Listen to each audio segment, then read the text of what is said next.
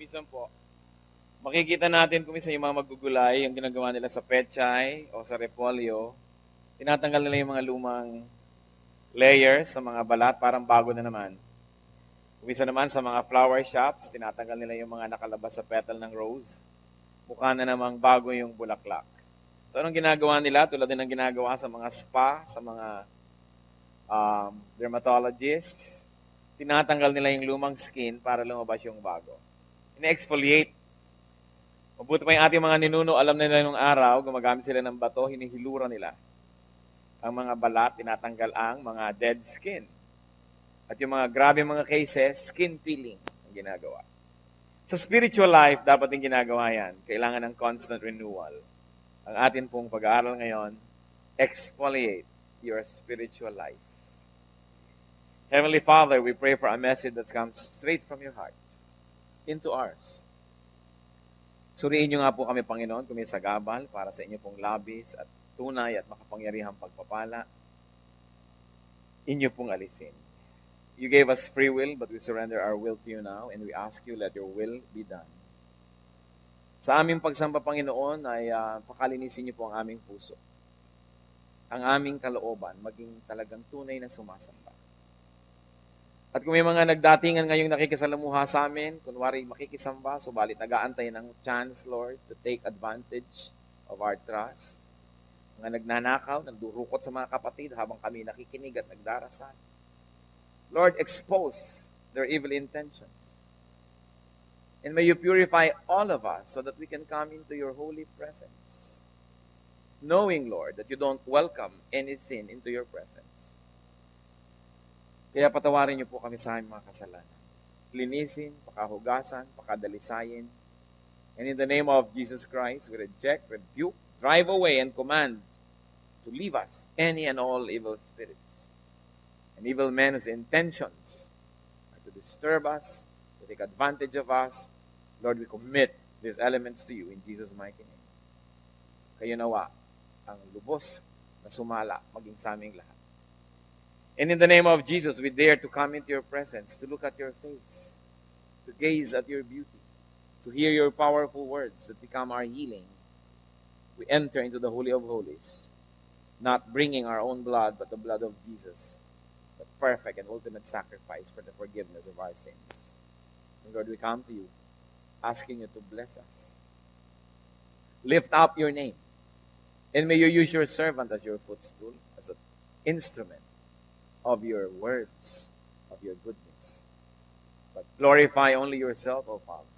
Lift up only your name. And may you heal us as you speak. Father, we seek you confidently in Jesus' mighty name. Exfoliate your spiritual life. Ano po ba yung dilemma? What is the dilemma of the old Christian? Meaning yung matagal ng Kristiyano, or sometimes even old churches or the old congregation. Maaari pong mangyari na hindi napapansin ng mga Kristiyanong matagal na sa Panginoon is that the first and the new love in Christ pulls off. Yung una, marubdob na pag-ibig sa Diyos ay maaaring palitan ng panlalamig. Ito po ang sinabi sa Revelation chapter 2 verse 4. The Lord God said to the church in Ephesus, "Yet I hold this against you. You have forsaken your first love." At maaari po talagang mangyari yan na ang Panginoong Diyos ay ating first love. Nakilala mo ang Panginoon, parang kang nasa honeymoon period with God. Parang kahit anong ipagawa, gagawin, anong ipatigil, titigilan, anong ipasabi, sasabihin, anong ipabigay, ibibigay. Pero dumarating ang panahon sa pagtagal ng ating pananampalataya, nakakarating ang mga sumisingit na mga tinik, mga damo sa garden ng ating puso. Kaya nakakalimutan ng first love. Sinasabi pa po dyan, remember the height from which you have fallen. At kung tayo po yung minaalala na spiritual level, personal spiritual level natin, na higit na mataas kaysa sa sitwasyon natin ngayon, yun ang ipinapaalala. Remember the height from which you have fallen. Huwag kakalimutan yung first love. Kaya nga po napakahalaga sa church yung evangelism. Yung pagdala ng mga kaluluwa sa Panginoon, Sapagkat una, kailangan ng mga kaluluwa na madala sila sa Panginoon, makakilala sila sa Diyos. At pangalawa, kailangan ng mga churches yung bagong mananampalataya. Sapagkat yung bagong mananampalataya, nag-aapoy ang kanyang paniniwala, naglalagablab ang kanyang pananampalataya, napakalakas ng kanyang pananalig, naniniwala siya ang lahat ay mabuti at ang lahat ay posible. Pero pag nagtatagal na sa church, minsan, nanlalamig. That's why it is a blessing to a church to have new believers, because new believers always bring in fresh faith, fiery belief in God, that everything is possible in the name of Jesus. Kaya kailangan natin yun. Kaya mga churches po na walang masyadong soul winning, walang masyadong evangelism, sila man nanlalamig na rin. Mahalaga yung napapaalalahanan tayo ng mga paniniwala ng mga bagong mga kapatid. Kaya nagtataka yung mga bagong kapatid, bakit parang magkaawa yata kayong dalawang deaconess? Nahahalata ko yata, hindi kayo nag-uusap. Ganun ba ang mga Christians? Maaalala mo oo nga pala, itong expectation ng isang bagong mananampalataya na kailangan laging naaalala natin. Childlike faith. Ano pa po ang mga dilemma ng mga old Christians? Old not by age, but by our life and length of life with the Lord. Na nakilala na natin siya.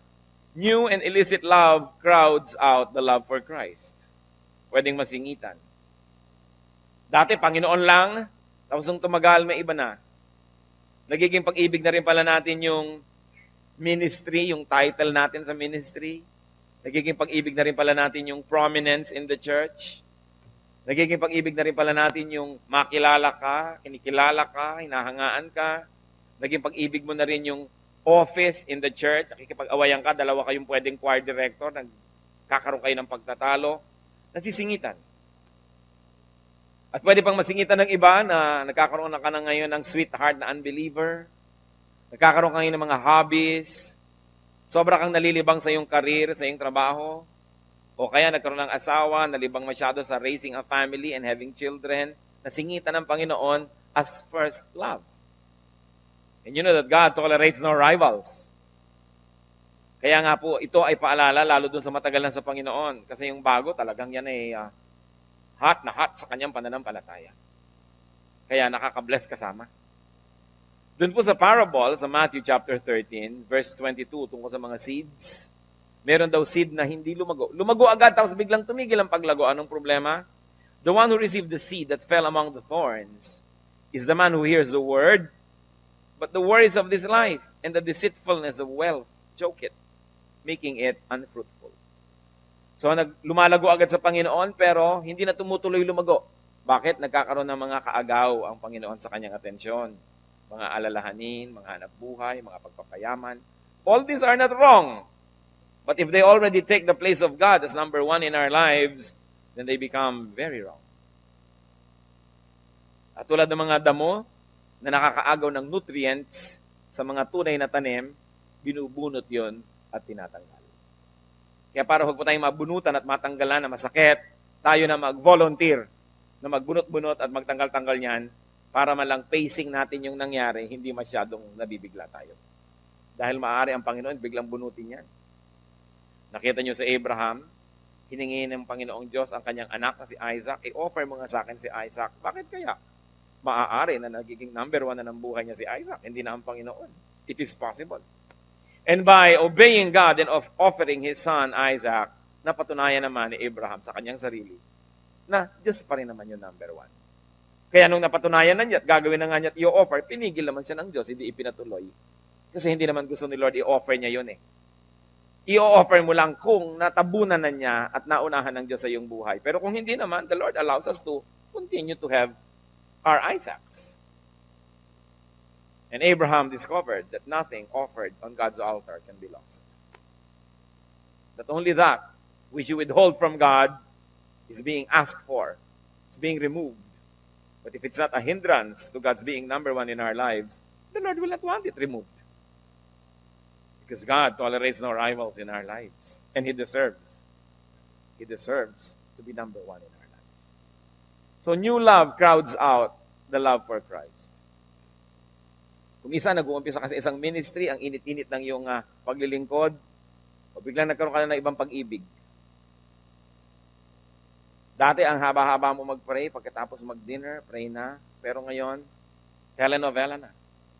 Bigla ang bagong relihiyon. Sasamba na sa templo ng telebisyon. Mas mahaba pa ang pagsamba sa templo ng telebisyon kaysa sa tunay na templo ng Diyos. So, naka-crowd out. Hindi na tayo nakakapag quiet time sa umaga, naka-crowd out ng ating pagmamadali. Dahil may trabaho, dahil may gagawin. Ano ba naman gumising ka ng 30 minutes earlier? At you can compensate by sleeping 30 minutes earlier. Ang dami-dami nating oras inuubos sa gabi na hindi naman dapat pagpuyatan. Tapos paggising tuloy sa umaga, wala nang oras man lang manalangin. Puro God bless me, thank you. Goodbye. Yun na. New loves crowd out the love for Christ. Habang pinag-uusapan natin ito, nais ko kayong hamunin, meron na po bang umaagaw o nakaagaw na nga sa inyong first love for the Lord? Ano yung comparison natin? Nung dati tayo, bago-bagong pananampalataya, na halos ang Diyos ang lahat-lahat sa buhay natin, kumusta na po ngayon? Ganito kami noon, paano kayo ngayon? Sabi nga ng isang pelikula. It's good to compare. Remember the height from which you have fallen. Ano pa po ang mga dilema ng dati na sa Panginoon? Sins that do not instantly get clear dealings, that do not get obvious dealings from God, become parts of the landscape. Una, gagawa ka na isang kasalanan, tapos i-confess mo agad, tatanggalin mo agad dahil ayaw yun ng Panginoon. Pero mamaya, gagawa na naman kayo ng kasalanan, parang hindi naman tayo naparusahan, hindi naman tayo napalo. So anong gagawin natin? Tutuloy na. Total, hindi naman nahahalata. Total, parang pwede naman. So nakikita po natin na nakakasanayan. Mga kapatid, mga lalo yung matatagal na sa Panginoon, meron ba tayong ginagawa ngayon na hindi ka nais-nais sa Diyos, hindi ka igaya-igaya? Pero nung una, nagigilty tayo, nung una, nahihirapan tayo, nung una, uncomfortable tayo. Pero ngayon parang nasanay na. Nakasanayan na rin ang hindi isang mabuting gawa.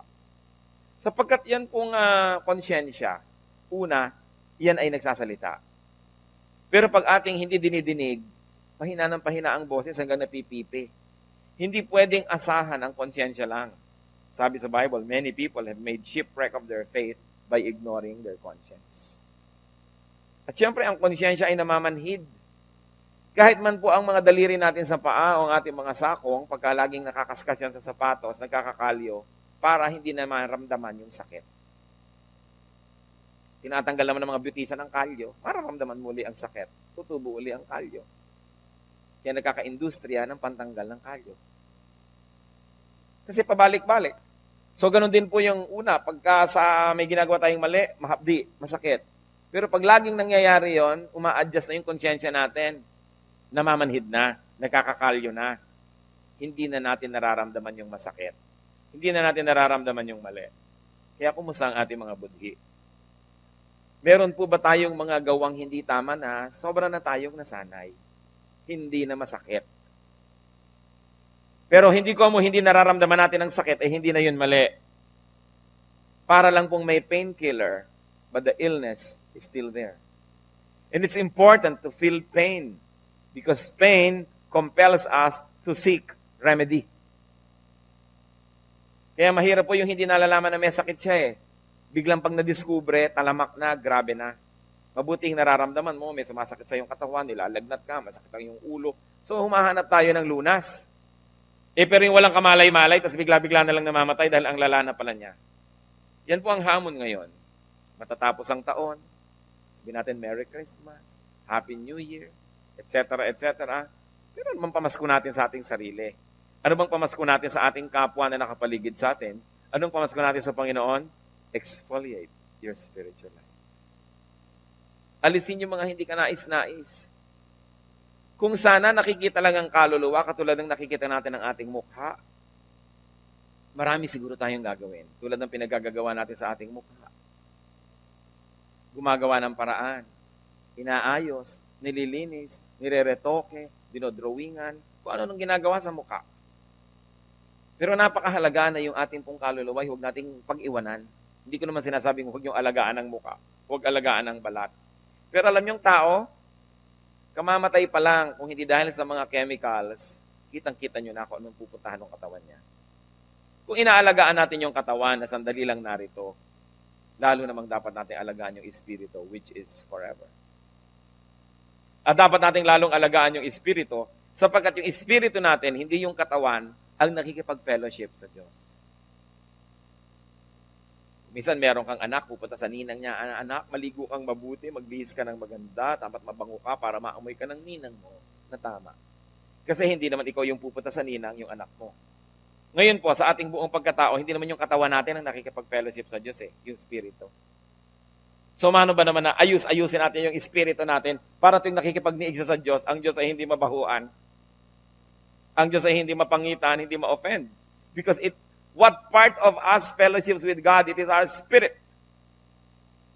And yet, there's an entire industry taking care of the body that belongs to the ground, the body that is dust and will return to dust. Kung sana ang mga counseling centers, prayer centers, Bible study centers, kasing dami man lang ng mga beauty parlor o ng mga hair salon, napakabadal siguro ng planeta.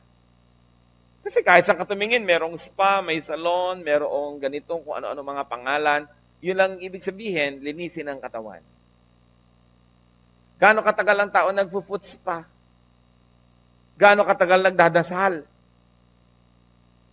Gaano katagal nakasalang na nilalagyan ng mga putik ang mga mukha? Nilalagyan ng mga chemical ang mga buhok? Nililinis ang mga kuko? Kinukuskus pati likod kasi may mga tagyawat ng kulang sa intelligence, akalain ng mukha nyo doon tumubo. So, ang daming oras. Gaano karaming oras ang para sa spirito? Sige nga, I challenge you, church, tuusin. Kailangan binibigyan ng panahon ang spirito. It's important that we always exfoliate. And of course, some people, especially those who serve or give much to the Lord, think that they are entitled to some moratorium with God, to some exception from God. Donor naman ako, giver naman ako, pagbigyan ng aking mga bisyo, ang aking mga, kung ano-anong mga kostumbre. 1 Corinthians 10:21. Hindi pwedeng donate ka ng donate, tulong ka ng tulong sa church, tapos sa kabila ng buhay mo naman, nakalublob sa malam-ali. You cannot drink the cup of the Lord and the cup of demons, too. You cannot have a part in both the Lord's table and the table of demons. You have to choose. Hindi pwedeng mamangka sa dalawang ilog. Kung sa sandali, merong Kristiyano na nabubuhay sa dalawang paraan, dalawang mukha, dalawang mundo, you live two lives, that of the demons and that of the Lord, dapat sandali lang yon. And it must be a transition period from our old life to the new. Parang galing ka sa Egypt, patungo ka sa promised land, merong wilderness na dinadaanan, pero hindi dapat sobrang matagal. Dapat one life, hindi two lives. Hindi yung nakikita ng tao, yung nakikita ng church, tapos merong kabilang mundong nakalihim. Sapagkat hindi naman talaga lihim. Alam niyo, mga Kristiyano, hindi pwedeng magkasala sa dilim. Ba, Kristiyano ka na, nabubuhay ka pa sa tinatawag na kadiliman, hindi yun pwede. You know why not? Because God is light, and in Him there is no darkness at all. And because Jesus is in your heart, you bring that light wherever you go. So Christians who live in sin in broad daylight, not in the dark, because nothing is secret from God. There is nothing hidden from God. Ano ba yung mga nakadikit sa aking buhay na kasalanan? Dapat exfoliate na to. Dapat tanggalin na to. Hindi nadali na naman to the new year, to the new period, to the new season. Ano ba yun? At madalas, mga kapatid, yun ay bagay na hindi na natin napapansin. Kaya nga nagtatagal, hindi na napapansin . Kaya kailangan ng house cleaning ng ating puso. Room for improvement is the biggest room in the world. So there's no one that can say, ako okay na, don't even talk to me, I'm all right. So sa iba mo na lang yan sabihin, dahil lahat tayo may dapat ayusin. Pero ang nais kong bigyan ng diin, hindi bagay sa Kristiyano ang double life. Hindi bagay yung merong secret life at merong public life. Dapat pareho lang yan. Kasi dala natin at kaladkad natin ng Diyos kahit saan tayo pumunta, kahit sa ang hukay, lungga, dilim natin, dali ng ating katawan, kasama natin ang Diyos. Lalo lamang na na-expose ang ating mga kamalian. What is another dilemma of those Christians who have been with the Lord for a long time? Some individuals needlessly become spiritual bureaucrats or Pharisees. Sa katagalan, nagkakaroon ng ministry yung iba, nagkakaroon ng gawain, nagkakaroon ng office. Meron naman nagiging Pharisee. Holier than others, better than others, mas mahigpit pa sa Diyos. Napuno na yung kanyang buhay ng napakaraming mga do's and don'ts. Nawala na yung grace ng Diyos, nawala na yung freedom in the Lord, puro na lang sets of do's and don'ts ang kanyang buhay. Matthew 20:25 to 27. Jesus called them together and said, "You know that the rulers of the Gentiles lord it over them, and their high officials exercise authority over them. Not so with you. Instead, whoever wants to become great among you must be your servant. And whoever wants to be the first must be your slave." So ang mahalaga sa atin pag tumatagal is the concept of serving the people. Serving the people of God. Hindi yung being served, being bida, being sikat, being galing, but serving people. Surrendering the gifts of the Holy Spirit to us, to the work of the Lord, to the ministry of the Holy Spirit. It is possible in a church, in a fellowship, in a Bible study group, in a satellite group, in a Bible fellowship, that some people can dominate everybody else. That creativity is stifled, choked, or killed. Merong isang conservative na member na matagal na, naging head na siya ng music department, ayaw na niya magpatugtog ng hindi niya gusto. Yung gusto na niya, ang gusto ng Diyos. Yung ayaw niya, ayaw na ng Diyos. Siya na ang Diyos-Diyosan. It is important that a lot of energy is unused, underused, or misused. And when that happens, people become sad. Walang joy, walang excitement ang spiritual life. So many people just become passive church attendees instead of being members of an organism called the church. That's why what we are attempting to do in our church is to always set creative energies free. As long as they are within the context of Scripture, not contradictory to what God wants, we allow people to be what they are and what God meant them to be. Kumisan kasi sa church, meron pong conservative, lalo medyo mataas ang posisyon. Yung pagiging conservative niya, ipapass on na niya yan as being God's point of view. Kaya churches that are led by very conservative people are also very conservative as if God is so conservative. But when you look at God, when you look at Jesus, innovative nga siya eh. Kaya nga siya hindi natanggap ng temple na conservative kasi masyadong revolutionary ang pamamaraan, masyadong kakaiba. Bakit po ba gusto ng temple yung tradisyon? Kasi yung mga officers noon, yung mga nangunguna doon, yung mga sikat doon, komportable na sila sa kanyang magagandang katayuan sa buhay, kaya ayaw nilang papalitan ng sistema. And it is easy for people to fall into this kind of trap. It is easy for people to replace God and become little gods. And it can happen in religions that are old, in religious groups, in fellowships, in churches. Kaya dapat constant review. What are the bitter and rotten fruits of living our first love? Marami po yung mga masasamang bunga ng pag-alis at pagtalikod sa unang pag-ibig. Faith becomes just religion. Faith just becomes a habit. O bakit ka pupunta sa church? Siyempre, nakaugalian na. Pero walang excitement, walang paghahangad na mabless, at wala rin namang intention to be a blessing to other people. Just be there. Kaya dapat nare-realize natin, ano ba ako? Pagka pupunta ba ako sa church, excited ako because I will be blessed. And I'm also committed to be a blessing to other people. So I'm on the lookout for areas of service. I'm always watchful kung paano ako magagamit, paano ako makakapaglingkod. Hindi yung lagi akong bida, parang lagi akong bisita, dapat lagi ako entertainin. Iniirapan pa ang gwardiya pag ini-inspect ang bag. Sa itsura lang ng mukha, dinidiscourage yung mga usher, huwag mo akong haharangin, nagmamadali ako. Diba? Paano tayo magiging blessing to others when we will not even cooperate sa security measures? Alam nyo na wala kayong dalang masamang gamit, pero alam ba ng lahat yon? At kung ang pagtitiwala sa inyo ay binigay sa lahat, edi hindi na rin tayo nagkaroon ng security measures. Simpleng mga bagay. Madaling masuri ang sarili I will come as a worshiper, as a servant of God, as a channel of blessing? Or will I come as a VIP?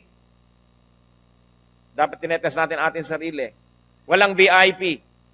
Ang Diyos lang ang VIP. So it is important to have a servant's attitude. So nakikita natin, religion na lang yata ang pinupuntahan o talaga bang to serve and be served, to interact, to receive life and to give life, to be part of a living organism called the church. Another bitter fruit of living the first love is that people settle for less than desirable levels of spirituality and even ministry. Ang galing-galing nyo dahil sa Panginoon, ang dami-dami nyong talent, tapos wala naman tayong service. O kaya ang liit-liit ng service na ginagawa natin, hindi proportionate to the talents that God has given us, and yet kontento ka na lang doon, that is not a very encouraging sign. And we should not settle for less than desirable levels of spirituality. Kung last year, mga kapatid, maiinitin ang ulo nyo, tapos ganun pa rin kayo ngayon, sayang ang lahat ng salita ng Diyos na ating pinagsalusaluhan. Sayang ang lahat ng mapag-awit, pagkanta, pagsayaw. Sayang ang pagpananalangin. Sayang ang lahat-lahat. Dapat nagbabago ang tao, pabuti ng pabuti. Hindi pwede na meron lang kayong religious attendance. Hindi pwede na regular attendance. Ang kailangan, we are being changed from glory to glory. Don't be satisfied with just religion. We are always searching for spirituality. At yun ay magkaiba. Kuminsan, magka-oppose pa nga. Another bitter fruit of living the first love is that the church people's morality and spirituality is only several notches higher than the unchurched. Ito po, mga kapatid, I like to challenge all of us. Ito bunga nung meron lang tayong religion at hindi spirituality. Hindi tayo makilala na iba sa mga hindi anak ng Diyos. Walang pagkakaiba. Dapat may pagkakaiba. Kahit malang sa itsura, mas mukha ka dapat kagalang-galang kaysa sa mga hindi anak ng Diyos. Mas mukha dapat tayong kapita-pitagan.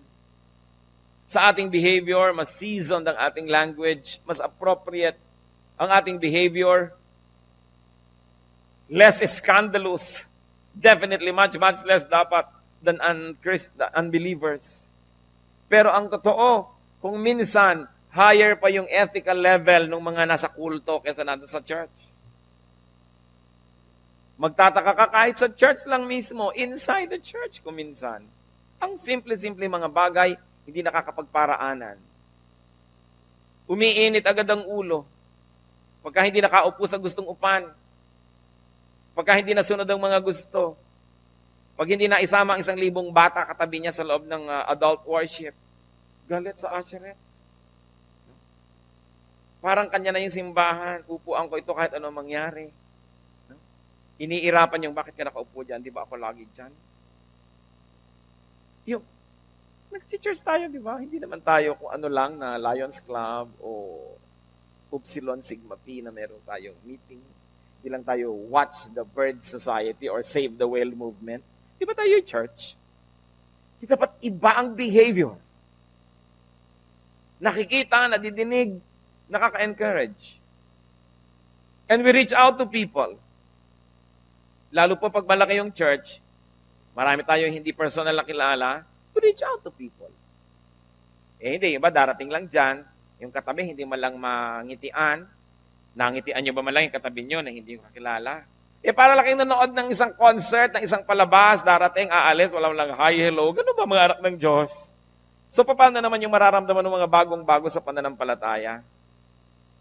Yung ngayon lang umattend, pareho lang pala kayong first time, ito naman katabi ko, di man lang ako entertainin dito. Yung pala, yun din ang iniisip niya kasi first timer din siya, hindi niya alam. Di po ba? So tayo nang mauna. Ano bang mawawala naman tayo nauna yung umiti, tayo nauna yung bumati, tayo yung nauna nagparaya. Hindi yung kayong naunang umupo. Di ba? Naunahan niyo siya sa gusto niyang upan. Marunong tayo magparaya kasi church tayo eh. Hindi na natin dapat na dinadala yung mga ugali ng mga hindi mga mananampalataya. At dapat hindi lang natin dinadala yung magandang kaasal sa church, everywhere. Anong sabi po ni Lord sa Matthew? And then, the people will see your good works, and they will give glory to your Father in heaven. Isa po yan sa mga natutuwa ako, madalas napapansin ng mga tao pagka yung kaloob ang atin pong musika at ng bayan alay kay Jesus ay nagpe-pray form sa iba't ibang lugar. Bukod sa pinapansin nila yung nangyayari sa entablado na sasabi nila, Panginoon, ang galing mo naman, ang husay, ang pinapansin nilang lalo yung behavior ng mga musicians natin, dancers, and production people backstage. Na hindi sila makarinig ng mga masasagwang mga salita na very common kung minsan sa teatro. Hindi sila nakakita ng mga reklamo kaya sumasayaw ka sa may mga pako-pako o bato-bato o mainit na asfalto o nababasa at madulas na entablado.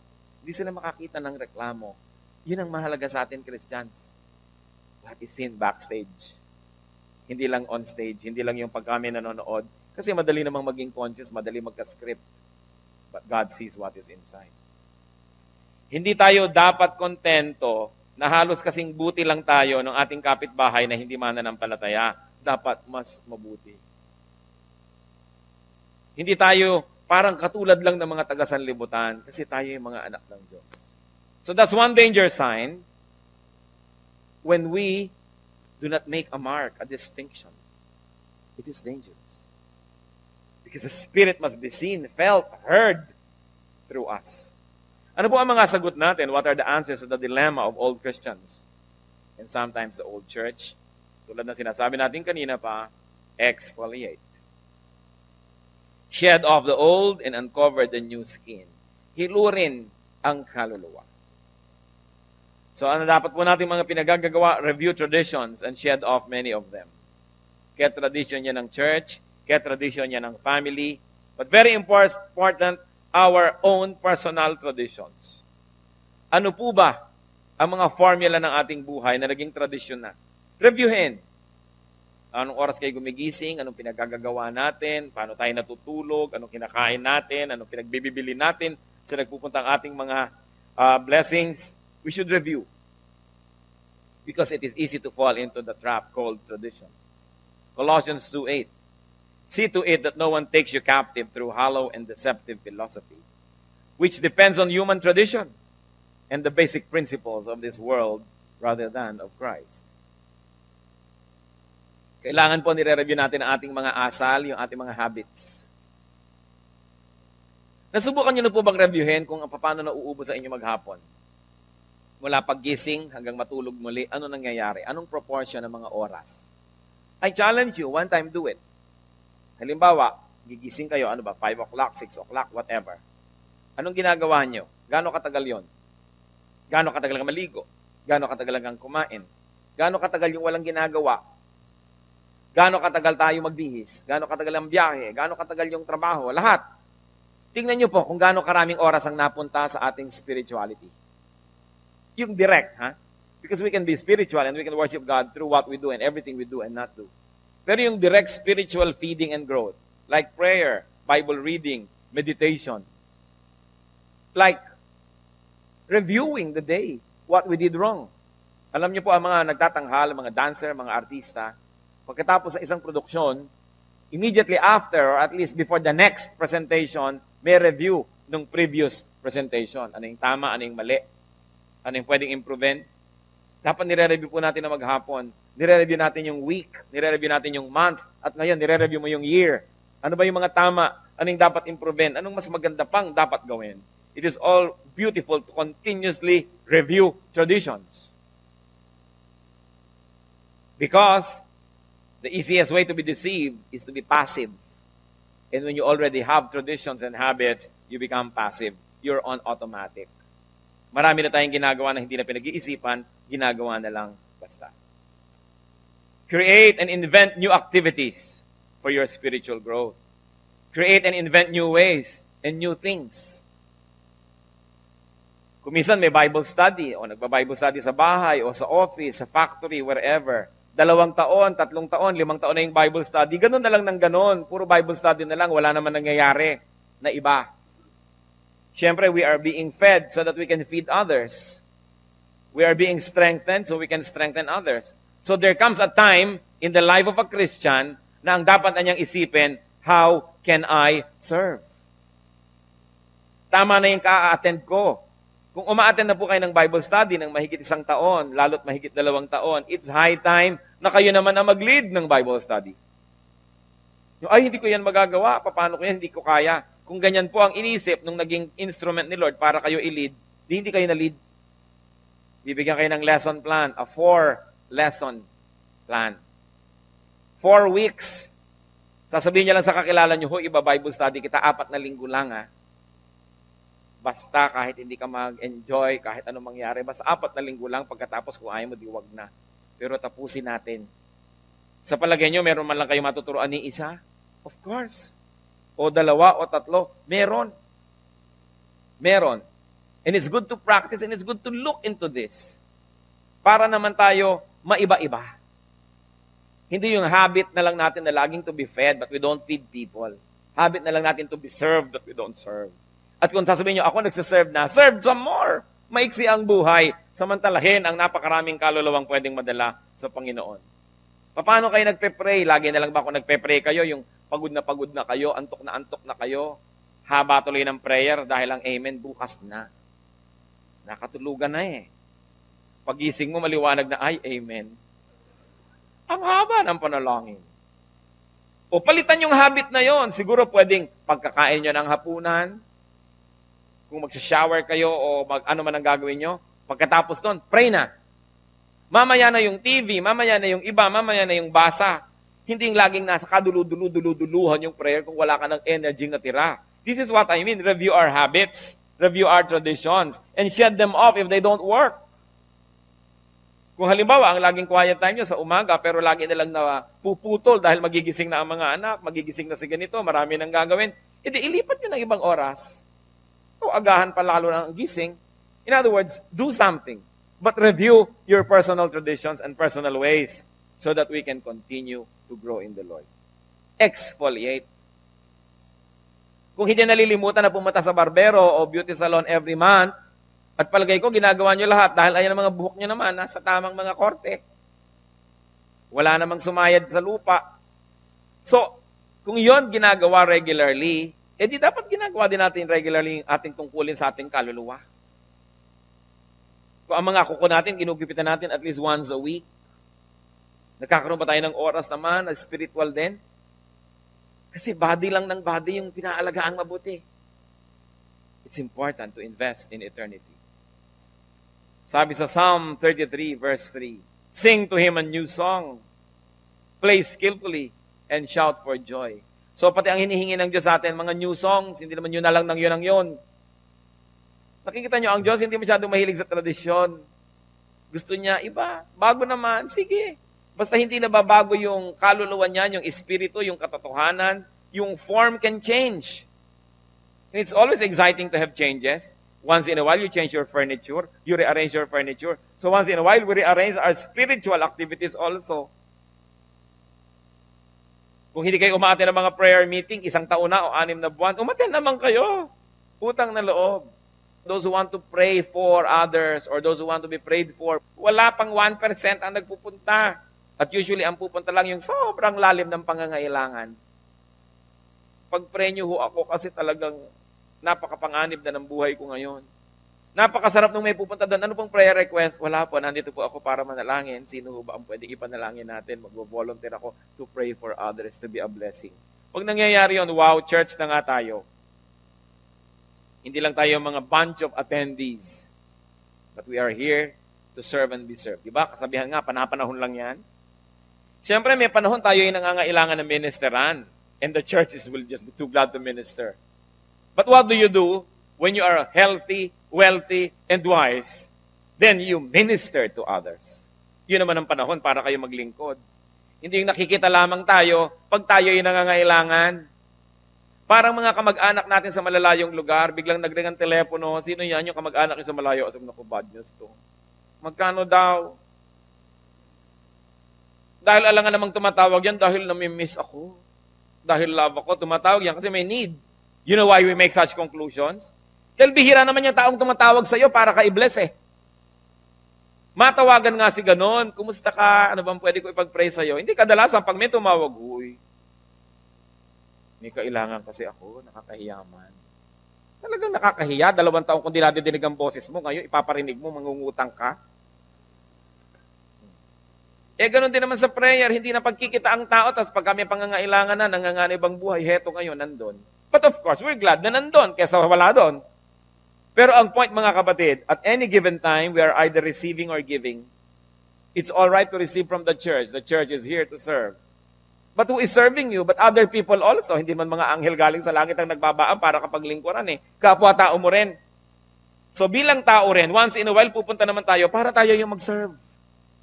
Panahon eh. Panahon na kayo yung malakas, panahon na pwede kayong magbigay, dinandun kayo para maglingkod. Para naman pag dumating yung panahon na kayo itong nangihin at nangangailangan ng paglilingkod, merong maglilingkod sa inyo na panahon naman na malakas sila. This is what church life is all about. To be part of the whole inhaling and exhaling procedure. To give and to take. To serve and be served. To love and be loved. To understand and be understood. To listen and to talk. Yan po ang buong cycle ng buhay, hindi lang one way. Because life is not a one-way street. The people that you are serving and strengthening now could be the same people that will serve and strengthen you tomorrow in your time of need. But if you don't serve and strengthen them now, who will strengthen you tomorrow? Just in case your need will come. At sabi sa Bible, do not boast about tomorrow, for you do not know what the day may bring forth. You may be all right now, but you are not so sure it will always be like that. Although we pray that it will always be like that. But we don't know. So it's good to invest in the church. To give your time, talent, and treasure to the church when you can. Because there will be moments when you have to be the recipient. There will be moments when you have to be the patient.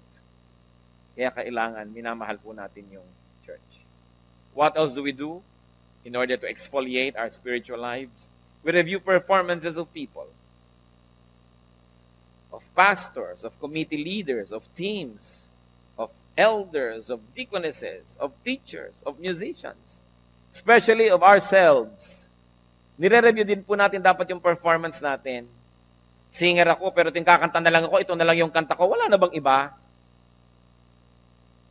O Bible study leader ako, wala na ba akong alam na ma-teach? Recycle na lang ng recycle, yun na lang. Kailangan nagre-review din po tayo ng ating sariling performance. And then, of course, we have to review curriculum, lesson plans, kung kayo yung mga teacher, kayo yung mga leader. Pero most importantly, we should review our personal curricula. Ano ba yung mga pinag-aaralan natin? Sapat na ba sa inyo na nagbabasa ng isang page ng devotions or devotional sa umaga, tapos yun na? Tapos na yun? Review. Talaga bang tama na yon? Sapat na ba? O kailangan magbasa uli sa tanghali? Kailangan ba natin ng prayer break? Kasi hindi nalilimutan mag-coffee break, ang prayer break. Hindi nalilimutan ng lunch break. Pero meron bang Bible verse break? Kahit malang 5 minutes of the lunch break, mapunta doon. Review. We should continue to review what am I getting, how I'm getting it. How do I complement what the church gives on Sunday mornings? Do I attend satellite services? Do I attend neighborhood Bible study groups?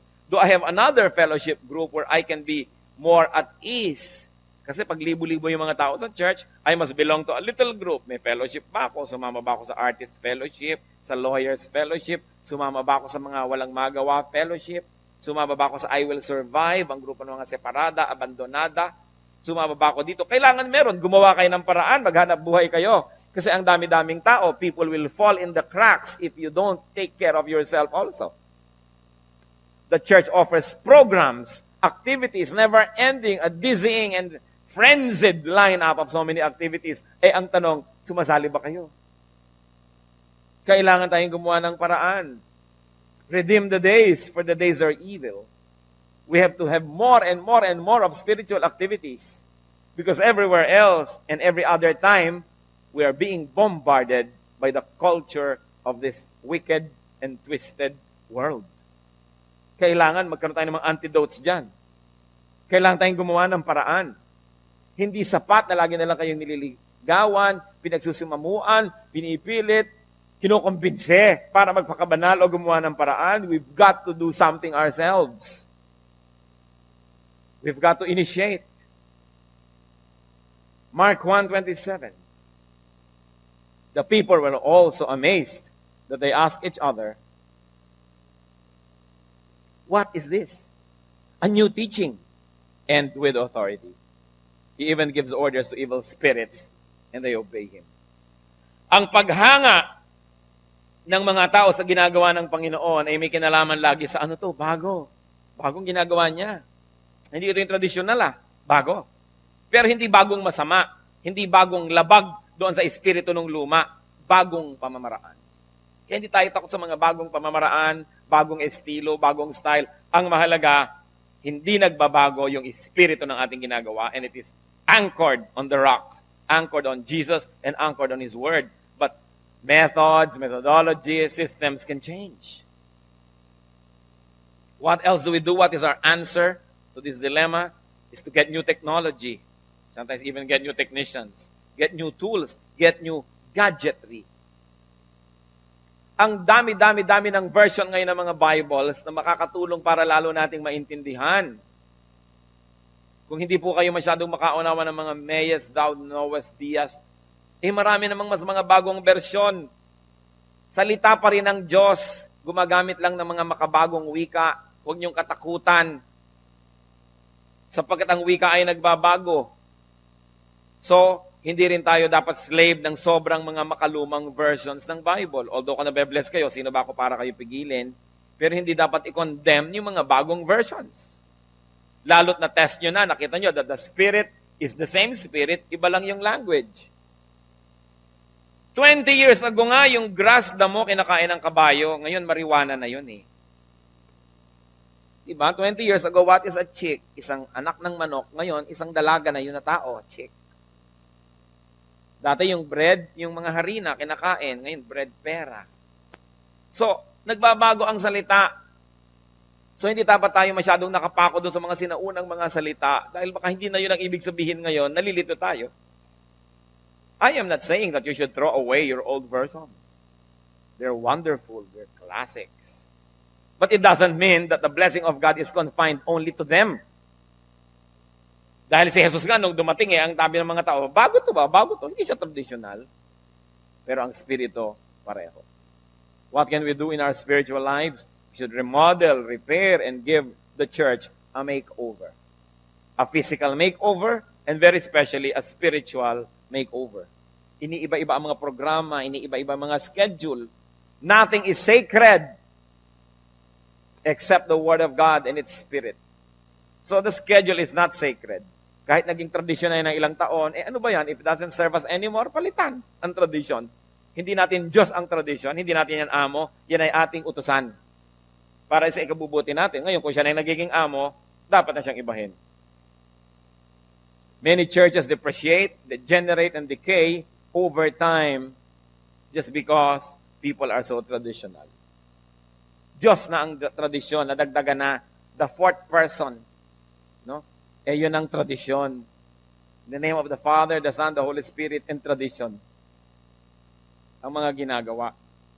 Ngayon, kung tradisyon naman nakakabuti sa atin, ano? Pero dapat nire-review. Newness is important in church life. It gives excitement. It gives hope. And it gives a healthy tension. You know, the Bible celebrates newness. Very obviously, the Bible celebrates newness. Ito pong sabi sa Matthew 9:17. Neither do men pour new wine into old wineskins. If they do, the skins will burst. The wine will run out, and the wineskins will be ruined. No, they pour new wine into new skins, and both are preserved.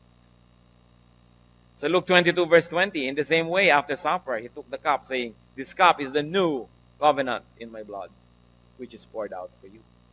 Ito po yung elements ng Lord's Supper, new covenant. John 13:34, a new command I give you, love one another. As I have loved you, so you must love one another. Acts 17:19, they took him and brought him to a meeting on the Areopagus, where they said to him, ito yung si Paul lang, tinutikoy, may we know what this new teaching is that you are presenting? So may new teaching daw si Paul.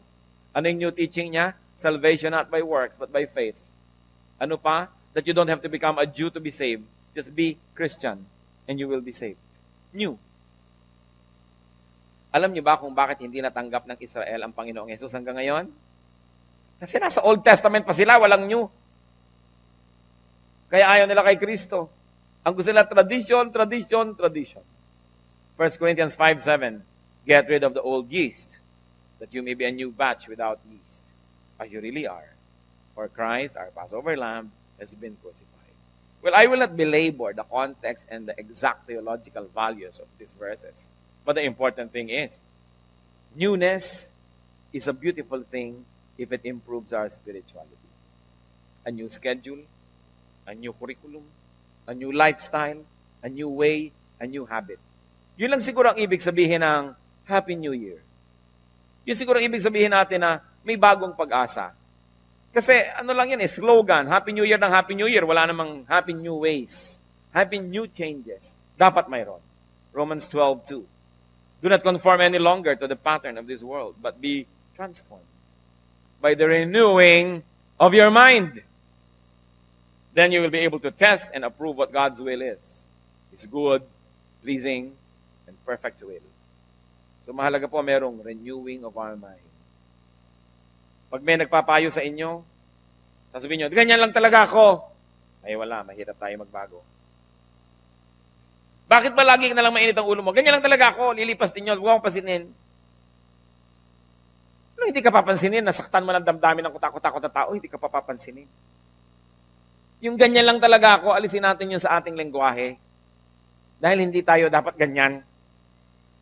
Dapat mangyari kung ano yung dapat mangyari. Hindi dapat i-maintain yung hindi dapat. Huwag natin gawing excuse. Masanay na kayo sa akin, ganyan lang talaga ako. Dapat tayo magbago. Bakit pa tayo nagsasalo-salo sa salita ng Diyos? Ang excuse lang pala natin lagi, ganyan lang talaga ako. Kailangan, hindi ganun. Lalong-lalo kung ang inireklamo sa atin ay mga masasamang asal. Hindi pwedeng ganun dahil meron tayong Diyos who empowers us to change from glory to glory. Huwag yung, ganyan lang talaga yan, wala tayong magagawa. These are the kind of words that must never be heard from a Christian. Yung wala tayong magagawa, nothing is impossible with God. Yan mo sasabihin, ugali ko na yan ganyan talaga ako. No, nagbabago yun. Sasabihin nila, you cannot teach an old dog new tricks. Yes, pero dog ka ba? Di ba tao ka? So you can learn new tricks. Bakit ka mag-aaso-asuhan tao ka? Who just mean you cannot teach an old dog new tricks. Para yung sinasabi, walang kaya ang Diyos. Ang tao, iba sa hayop. Tao tayo. Meron tayong espiritu ng Diyos. Kaya pwedeng may mangyari. Lamentations 3:22-23. Because of the Lord's great love, we are not consumed. For His compassions never fail. They are new every morning. Great is your faithfulness. Pati ang compassion, ang awa, ang blessing ng Diyos, bago tuwing umaga, may bagong pag-asa, may bagong lakas. So pwedeng magbago, pwedeng maiba. Sabihin nyo nga sa katabi nyo, exfoliate your new life. Diba? Exfoliate your spiritual life. Etong panghilod. Diba? Hilod-hilo rin ang mga lengguwaheng magaspang. Hilod-hilo rin ang mga asal na di mabuti. Mga anak na nagdadabog sa magulang, exfoliate your ways. Mga bahay ng Kristiyano, wala dapat mga lumalagabag na pinto dahil nagdadabog, mga nalalaglag na mga plato. Kala mo, drummer. Ano yung may drummer ba sa kusina? Naghuhugas ng plato. Bakit parang may tambol? Nagdadabog. Wala dapat dabog-dabog ang mga Kristiyano. Bakit? Because the Spirit of God is the Spirit of peace. Hindi yung lumalagpak ang mga paa mo, lumalagpak parang marcha ng mga Aleman dahil hindi gusto ang narinig. Mga Kristiyano dapat, lalo sa loob ng pamilya, hindi naghihiwalay na magkagalit, nag-aaway, ewan ko, bahala ka, tapos tatalikod. No. Sandali, teka, upo uli, ayusin natin to, magagalit ang Diyos. Diba? Don't let the sun go down on your anger, malapit na, gabi na, huwag tayo matulog ng ganyan, baka tayo bangungutin. Upo dito, sorry ha, o tika, sorry na rin. Alam nyo, Christians tayo, di ba? Dapat iba. Kung sa mga ibang bahay, pwedeng nag-aaway, tapos naghihiwalay na magkagalit, sa mga Kristiyano dapat huwag patapusin ang event na yon. Kasi sasama loob, tatanim, masama, mahirap. ano pa't naging iba tayo? Sabi, do not conform any longer to the pattern of this world, but be transformed by the renewing of your mind. Yung mga kakulitan natin, huwag nating ipagpilitan. Patuloy na magbago. Lalong-lalo kung tayo yung nagpapakain, tayo yung nagbibigay, tayo yung tumutulong, mas dapat tama yung behavior natin. We don't earn the license to be abrasive just because we are on the giving end. Kasi nga, di ba, weather lang yan. Who knows, maiiba rin ang panahon. We exfoliate our life. We change structures and programs and styles because God is constantly changing us from glory to glory. Reinvent yourself. Yung wow, bagong pagkatao, bagong style. Hindi na uubos yun because nga, room for improvement is the biggest room in the world. And let excitement energize the church. Do not always think of what this church can do for you, but also think what you can do for the church. Because this is your church. Bakit mo pagdadamutan ang sarili mong church? Bakit mo siya tatanggihan? Bakit mo siya gugutumin? Bakit mo siya sisikilin? Eh di kasama ka rin nagsuffer. Let's bow before the Lord and think about God's message for us. What needs exfoliation in our spiritual lives? Sobra pa tayong maramdamin, exfoliate yan. Lapad-laparan ng pasensya at pag-unawa sa kapwa. Sobra pa tayong bossy, sobrang dominante, exfoliate. Do not dominate people. But just be an inspiration. Guide them. Lead them. But don't live their lives for them. Because God gave us individual lives to live personally. Mapagsama ba tayo ng loob? Mapagtanim ng sama ng loob? Magagalitin? Irritable? Whatever it takes. O tamad magbasa ng Bible, tamad umattend sa church, tamad magdasal, exfoliate. Let the Spirit of the Lord speak to us individually. Kung meron po tayong dapat ihingi ng tawad, ihingi natin ng tawad. God always gives us new beginnings. His blessings are new every morning. Be alone with the Lord and be blessed.